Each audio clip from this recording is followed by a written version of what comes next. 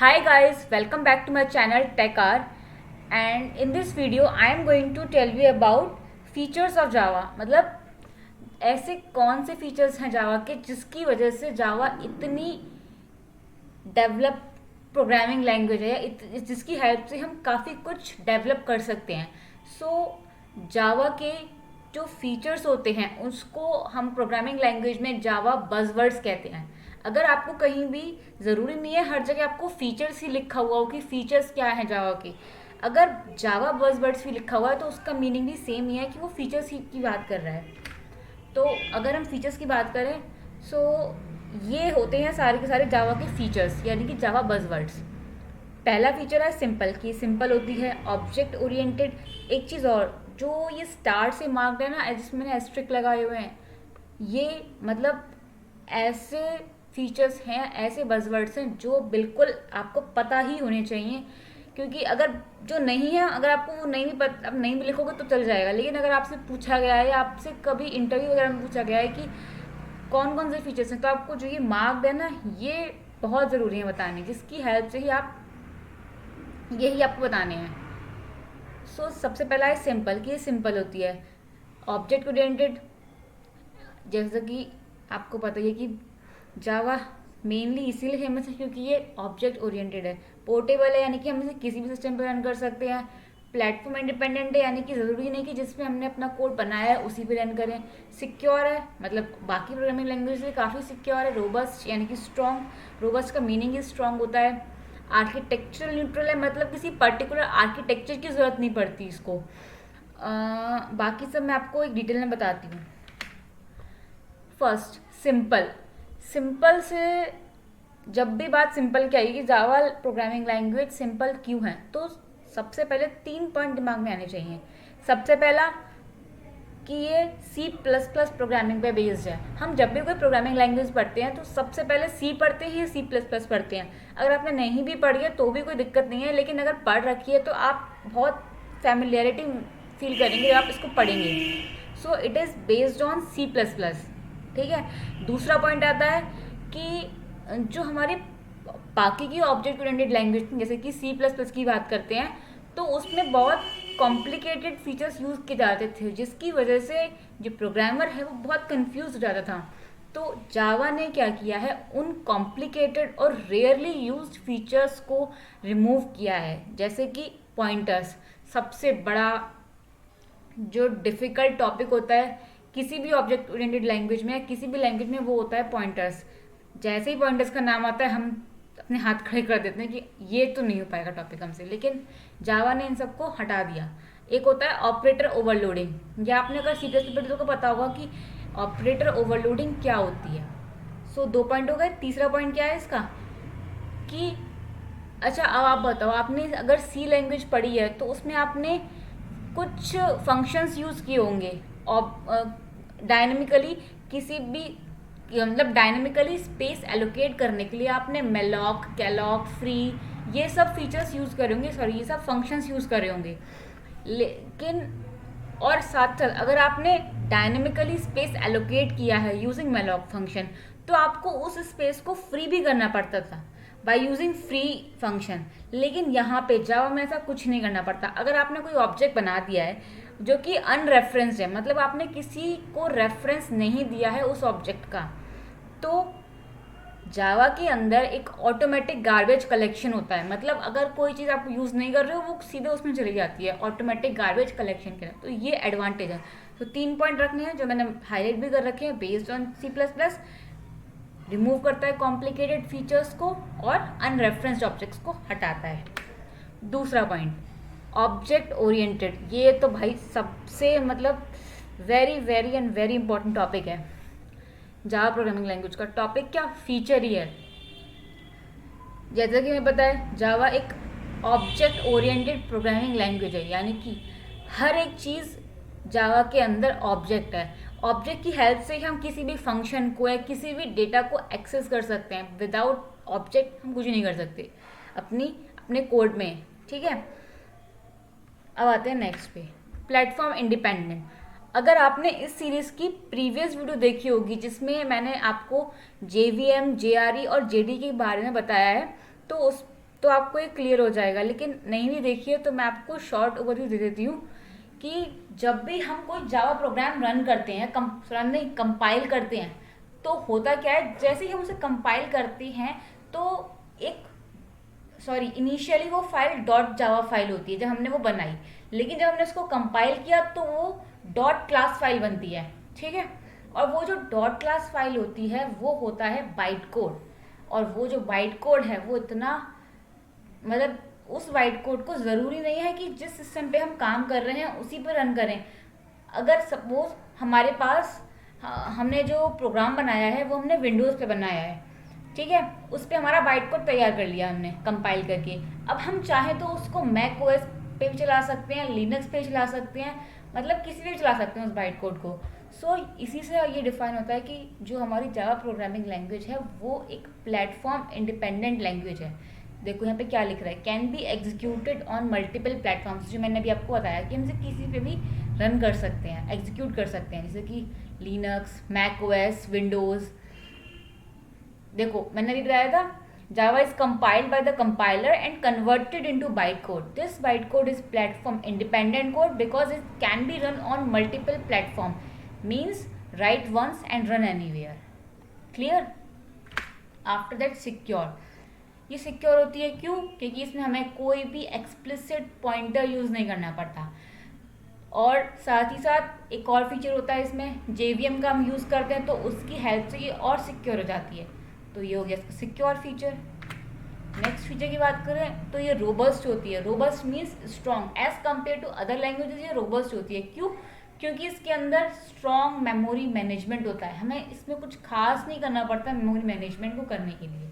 ठीक है, अगला पॉइंट इसमें ये है कि अभी मैंने आपको बताया पॉइंटर्स की ज़रूरत नहीं, लैक ऑफ पॉइंटर्स, हमें कोई ज़रूरत ही नहीं होती पॉइंटर्स की।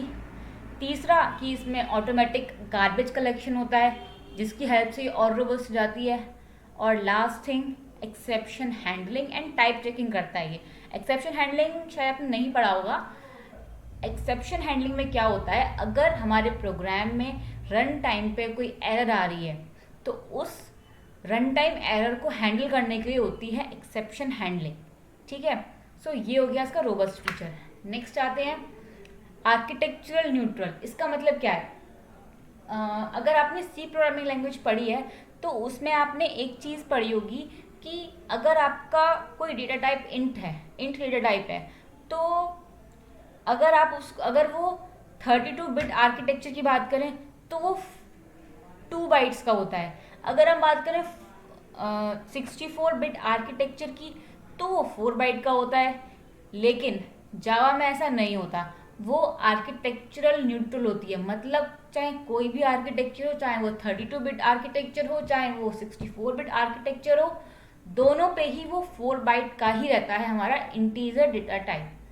सो यही है हमारा आर्किटेक्चरल न्यूट्रल। ठीक है,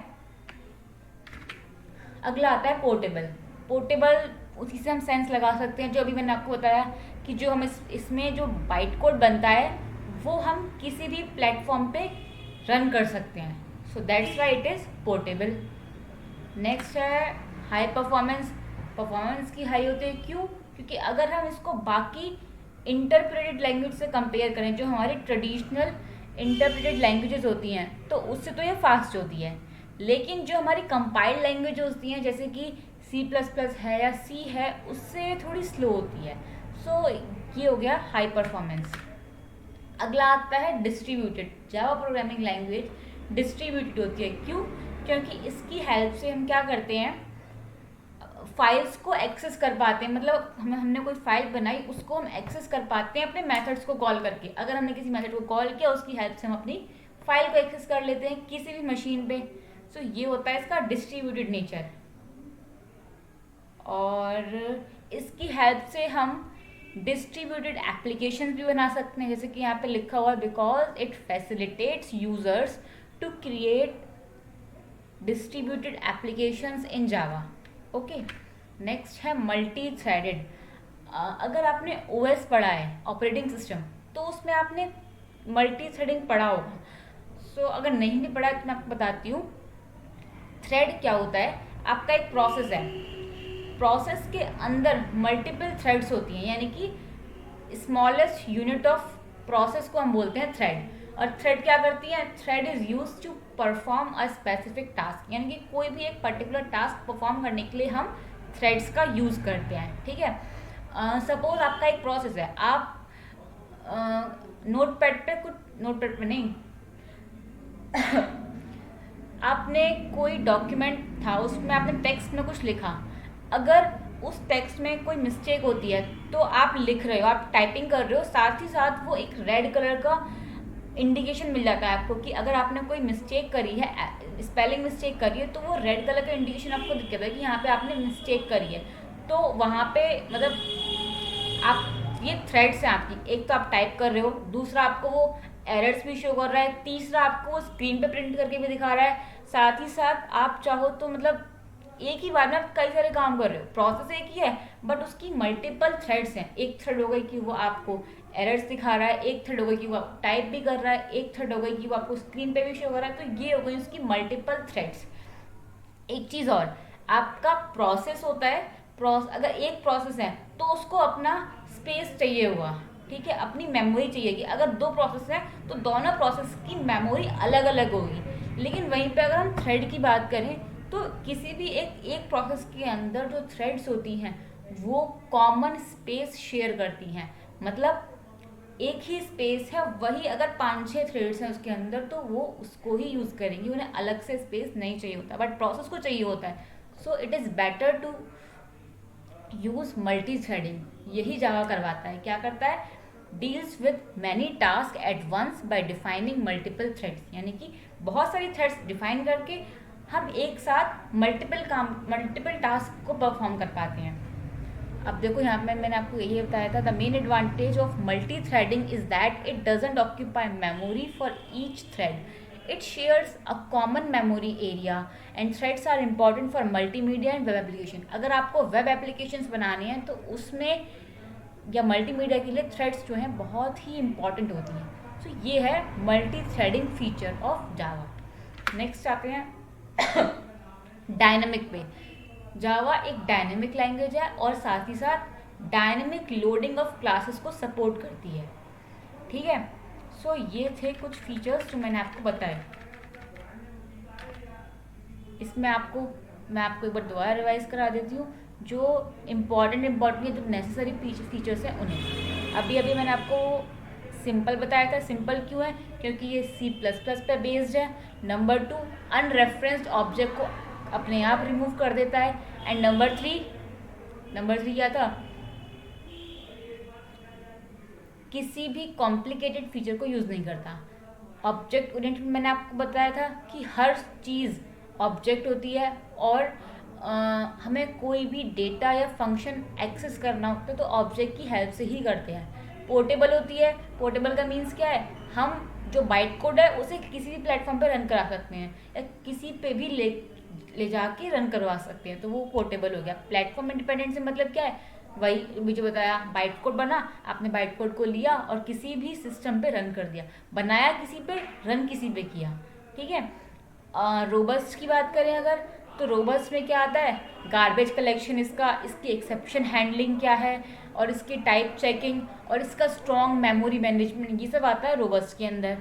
आर्किटेक्चरल न्यूट्रल, वही मैंने आपको इंटीजर वाला एग्जांपल बताया था कि अगर सी प्रोग्रामिंग की बात करूँ तो 32 बिट्स का अगर इंटीजर डेटा टाइप है तो 32 बिट वाले आर्किटेक्चर पे वो 4 बाइट्स का होगा, 64 आर्किटेक्चर वाले पे वो, सॉरी उल्टा बोल दिया मैंने, 32 बिट आर्किटेक्चर पे वो 2 बाइट्स का होगा, 64 बिट आर्किटेक्चर पे वो 4 बाइट्स का होगा। तो ये हो गई आर्किटेक्चरल न्यूट्रल। और लास्ट मल्टी थ्रेडिंग में क्या होता है? हम एक ही टास्क को मल्टीपल टास्क को एक साथ कर पाते हैं by using threads. So this is all about Java buzzwords. I hope you like my video and please don't forget to like, share and subscribe my videos. Thank you.